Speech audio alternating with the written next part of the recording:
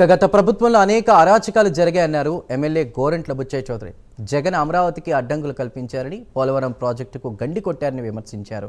గత ప్రభుత్వంలో ప్రాజెక్టులు, పరిశ్రమలు రాకుండా పోయాయని, పెట్టుబడిదారులు వారంతా కూడా పారిపోయారంటూ కామెంట్ చేశారు.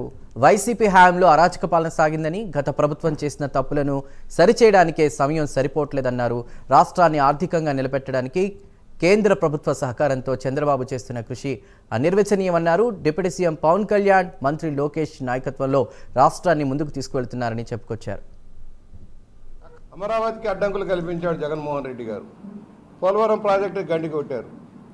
అనేక ప్రాజెక్టులు రాకుండా పోయినాయి, పరిశ్రమలు పారిపోయినాయి, పెట్టుబడిదారులు పారిపోయారు, అరాచక పరిపాలన కొనసాగింది. ఇవాళ అటన్నిటిని ఒడిదొడ్డి మహానాడికి చేరుకున్నాం. గత సంవత్సర కాలంగా అనేక ఇబ్బందులు, గత ప్రభుత్వ నిర్వాహకం జరిగిన తప్పులు సరిచేసుకోవడానికే సమయం సరిపోని పరిస్థితి. అనేక అవినీతి అక్రమాలకు చోటు బిందువుగా మారిన గత ప్రభుత్వంలో వాటన్నిటినీ కూడా తిరగదోడి ఆర్థికంగా రాష్ట్రాన్ని తిరిగి నిలబెట్టడం కోసం కేంద్ర ప్రభుత్వ సహకారంతో ఇవాళ చంద్రబాబు గారు చేస్తున్న కృషి అనిర్వచనీయం. దానికి పవన్ కళ్యాణ్ గారు కూడా సహకారం, యువ నాయకత్వంలో లోకేష్ గారి నాయకత్వంలో ఇవాళ ప్రభుత్వం నడుస్తూ ఉంది. సామాజిక అభ్యున్నతి సాధించింది ఈ పార్టీ.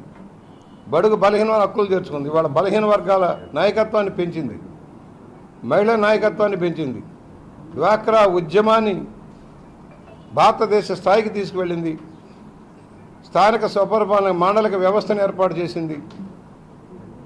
నీతివంతమైన పరిపాలన, నీతివంతమైన నియామకాలు, మెరిట్ ప్రాతిపదికన అర్హత నియామకాలతోటి ప్రభుత్వాన్ని ముందుకు తీసుకెళ్ళింది. అమరావతికి అడ్డంకులు కల్పించాడు జగన్మోహన్ రెడ్డి గారు. పోలవరం ప్రాజెక్టు గండి కొట్టారు. అనేక ప్రాజెక్టులు రాకుండా పోయినాయి, పరిశ్రమలు పారిపోయినాయి, పెట్టుబడిదారులు పారిపోయారు, అరాచక పరిపాలన కొనసాగింది. ఇవాళ అటన్నిటిని ఒడిదొడ్డి మహానాడికి చేరుకున్నాం. గత సంవత్సర కాలంగా